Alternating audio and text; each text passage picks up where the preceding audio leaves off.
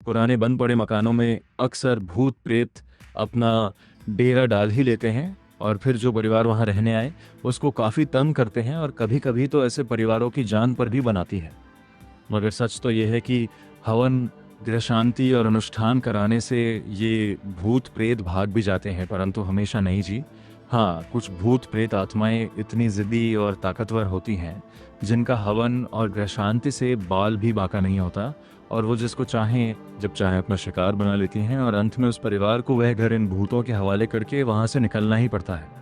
ये वाक़या सन 2016 राजधानी दिल्ली का है। हुआ ऐसा कि एक कई दिनों से खाली पड़े फ्लैट में 4 लोगों का एक परिवार रहने आ गया। उस परिवार में पति पत्नी, उनकी एक बेटी और पति का छोटा भाई था।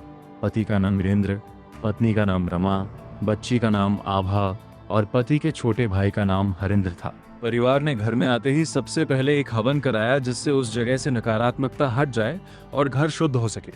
दोनों भाई एक दुकान चलाते थे और सुबह घर से निकलकर रात को ही घर लौटते थे। उनके पीछे बच्ची भी स्कूल चली जाती थी और पत्नी को अकेले ही उस फ्लैट में रहना पड़ता था। एक दिन पत्नी रमा रसोई में खाना बना रही थी तो उसको बाथरूम से कुछ आवाजें आने लगी।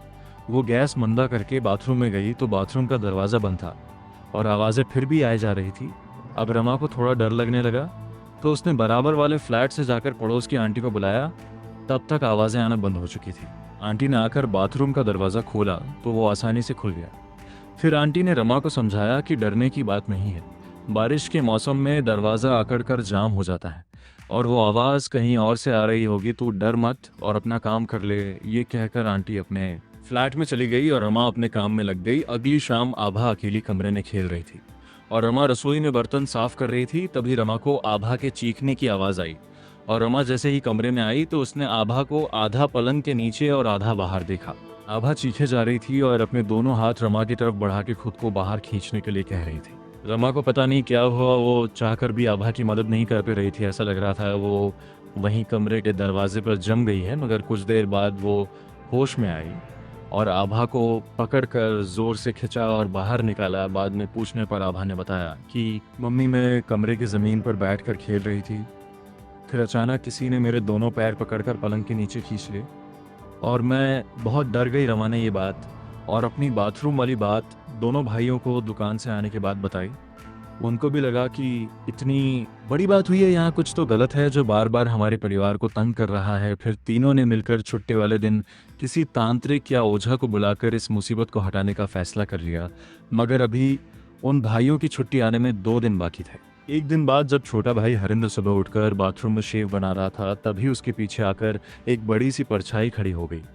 उसको एहसास हुआ, उसने मुड़कर देखा तो कोई नहीं था, मगर जब फिर से सामने देखा तो वो परछाई फिर से उसके पीछे खड़ी थी। हरिंद्र ने तो शेव छोड़कर भाई को आवाज दी और बाथरूम से बाहर आ गया। फिर सारी बात अपने भैया और भाभी को बता डाली। तीनों बहुत डर गए और रमा ने कहा, मैं भी अकेले अब यहाँ जब तक नहीं रहूंगी, जब तक यहाँ सब ठीक नहीं होता। दोनों भाइयों के दुकान और बेटी के स्कूल जाने के बाद रमा पास ही में अपनी सहेली के चली यहाँ गई और आभा के आने के बाद ही घर में वापस आई। रात को पूरा परिवार खाने के बाद बातें करने लगा कि कल हम एक मौलवी को लेकर आएंगे जो पास ही की दरगाह में बैठते हैं और फिर यहाँ जो भी अला बला है उसको निकाल कर बाहर कर देंगे। थोड़ी देर बाद रमा चाय बनाने चली गई, वीरेंद्र सब्जी काटने लगा और हरिंद्र बाथरूम में हाथ धोने चला गया। थोड़ी देर में हरिंद्र ने हाथ धोते हुए पीछे किसी को खड़ा महसूस किया। उसने शीशे में से ही देखा कि एक बहुत बूढ़ा और खूंखार आदमी गंदे कपड़े पहने और चेहरे पर चिड़चिड़ापन लिए उसको खाने की नजर से घूर रहा है।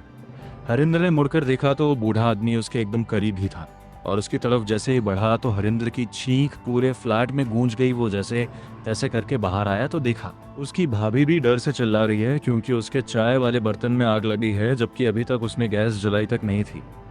दोनों वीरेंद्र की तरफ भागे तो वीरेंद्र अपने होश में नहीं था। वो सब्जी काटने वाले चाकू से पूरे सोफे को फाड़े जा रहा था और एक पागलपन उस पर सवार था। आभा डर के मारे पलंग पर कोने में दुपक गई थी। हरिंद्र ने हिम्मत जुटाई और भाई को पकड़कर कसकर झंझोड़ दिया। आज से वीरेंद्र कुछ होश में आया। रमा ने हरिंद्र से कहा कि अभी के अभी यहाँ से निकल जाते हैं, तुम आभा को गोदी में लेकर आओ, मैं वीरेंद्र को लेकर बाहर चलती हूँ। हरिंद्र ने आभा को गोदी में लिया। रमा और वीरेंद्र भी उठ गए, मगर किसी ने बेडरूम जिसमें ये चारों लोग थे उसका दरवाजा जोर से बंद कर दिया। अब चारों की चीखें निकले जा रही थी, साथ में वो दरवाजा खोलने की कोशिश भी कर रहे थे। मगर दरवाज़ा ऐसा जाम पड़ा था जैसे मानो किसी ने वेल्डिंग करके बंद किया हो।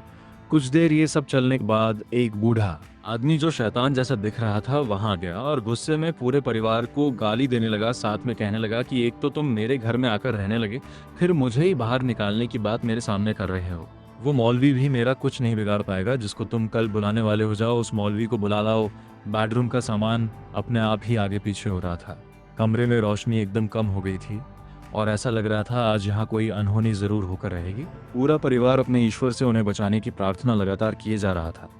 फिर शायद उनकी प्रार्थना स्वीकार हो गई और वो बूढ़ा शैतान दीवार में गायब हो गया। वीरेंद्र का परिवार उसी रात अपना सारा सामान छोड़कर बिना किसी को बताए वहां से अपने रिश्तेदार के यहाँ चला गया और आज तक न तो वो परिवार अपना सामान लेने आया और न ही मकान मालिक को दी अपनी सिक्योरिटी वाली रकम ही लेने वहां आया। आज तक पता नहीं वो परिवार कहाँ है।